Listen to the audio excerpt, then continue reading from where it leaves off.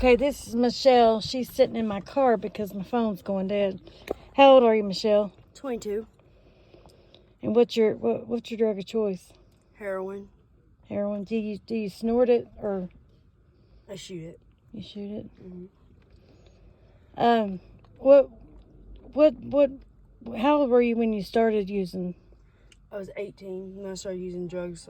Well, 17 when I started using drugs altogether. I started shooting heroin and meth whenever I was 18 years old.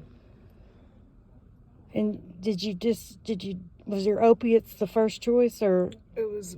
I started doing uppers at first, meth, like crack, and well, I didn't smoke crack until I was like 19, but I started snorting cocaine and stuff like that when I was 17, and then I found opiates when I was 18 when I moved in with my baby daddy.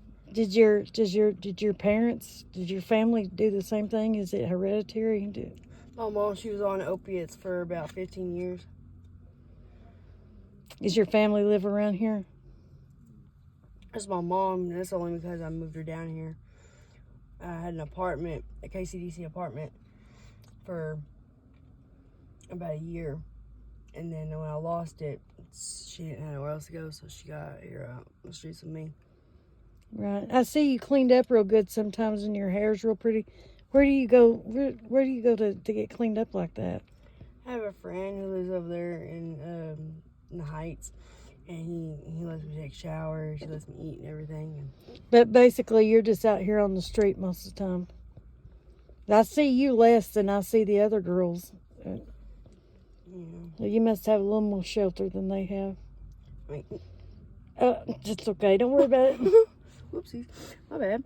Here I am flicking ice cream on your lip. It's okay. Anyway. Earlier when we were doing this and it didn't take, you were getting ready to show me something on your arm. Yeah. It was ice mist. Well, I was told was ice. See, I felt it. It was just like clear. But see, my friend, who I thought was my friend, mixed it with fentanyl. Oh my God. Yeah, and it had a chemical reaction to it. And because when I shot it, it was only like 5 units. Oh, 15 unit shot altogether. Because me and my baby daddy was really dope sick, and clear, it pulled all the heroin out of the cottons whenever you put it in there.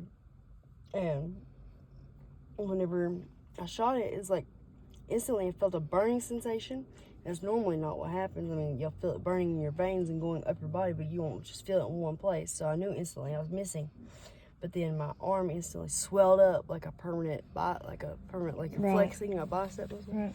But it looked like my arm was permanently swelled up like that, and it stayed that way for like probably about a week. Did you have to go to the hospital? I ended up having to go to the hospital because about 2 weeks in, I hit my arm on the table, and oh my God, it hurt so bad. Oh God. I never felt so much pain. Like, had Mercer in it, didn't it? Staph. I had cellulitis. Yeah, I got my muscle.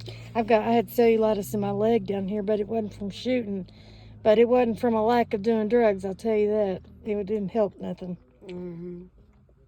When I had to go to the hospital, it was because I was paralyzed from the neck down. Oh, hell. I woke up the very next morning, and I was really cold, so I was like, turn the heater on. It took the heat, sat there for a minute, and let it cool down heat my bones until I was able to move for a minute.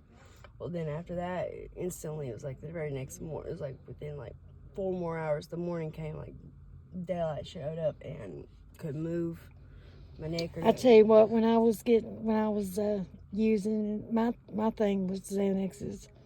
It started out opiates and ended with Xanaxes, meth, stuff like that. But Xanaxes is what took me down that road, you know.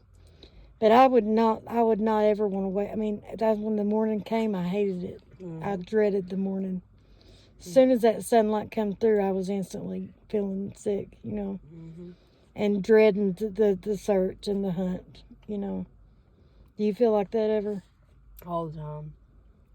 When I ain't got none, and I know I'm not going to wait for nothing. I think that's the reason why a lot of people don't go to sleep when they're on shit, because they don't want to wake up and do it all over again.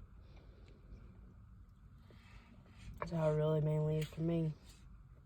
I hate waking up every morning knowing I'm going to have to stab myself with that damn needle. Every fucking day. Every day. And it's not a choice anymore, is it?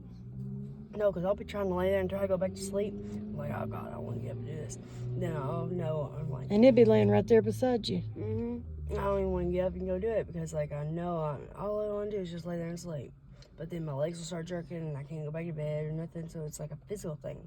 So, like, I know it. And, like, I just wish other people could understand. It's not a mind thing all the way. It's a physical thing too. Because I'll be laying there and they'll be laying right beside me, and I don't want it right then and there because I just want to be able to go to sleep. And it won't let you. It won't let me. Yeah. So,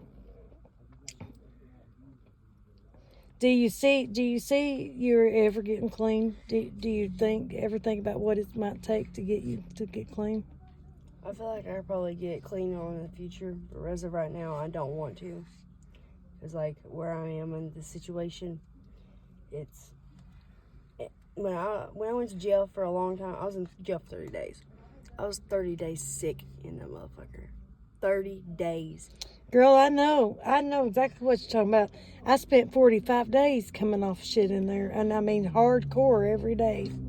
Suboxone and stuff is hard to get off of, and I seen girls on heroin get off in 5 days. You know, they were done. I'm still sick 30 days later. You know, still twitching, still cold, still, you know, still my mind all fucked up. So, you know, I love Suboxone. Suboxone saved my life. Don't get me wrong, and don't give me no shit about this. But I'm telling you, Suboxone and methadone, man, you come off that shit, you're going for a ride, especially if you don't have nothing to subside it. In a place like a jail with no alcohol, no marijuana, no nothing to knock off the edge, you know. It's fucking awful. And Xanaxes, I don't know if you've ever dealt with them before, but that's the fucking worst withdrawal you'll ever go through in your life. I've never had to encounter that. What's the difference between that and heroin? Man, I've never come off heroin. I've only come off Suboxone and methadone. But Xanax is a agonizing. You hurt all over at first, and then the least little thing I could go, and you would jump plumb out of your skin. It's just terrible. And sleep, you're not going to do it. You know, I stayed awake for 30 days. I know. 30 straight days I stayed awake, and I might have slept 2 or 3 minutes at a time, but it wasn't real sleep. Yep. It was just kind of zoning in and out. It was not sleep. And you know, that's what really gets me when people stay up for days, you know, and their bodies want to go to sleep. This is different. You want to go to sleep so fucking bad, and you cannot. You just can't. It ain't happening. You know, I've seen girls on heroin sleep through that shit. Yeah, I know. Yeah. And that really used to get me because, you know, here I am, my eyes are glued, my lids are glued to my forehead. So,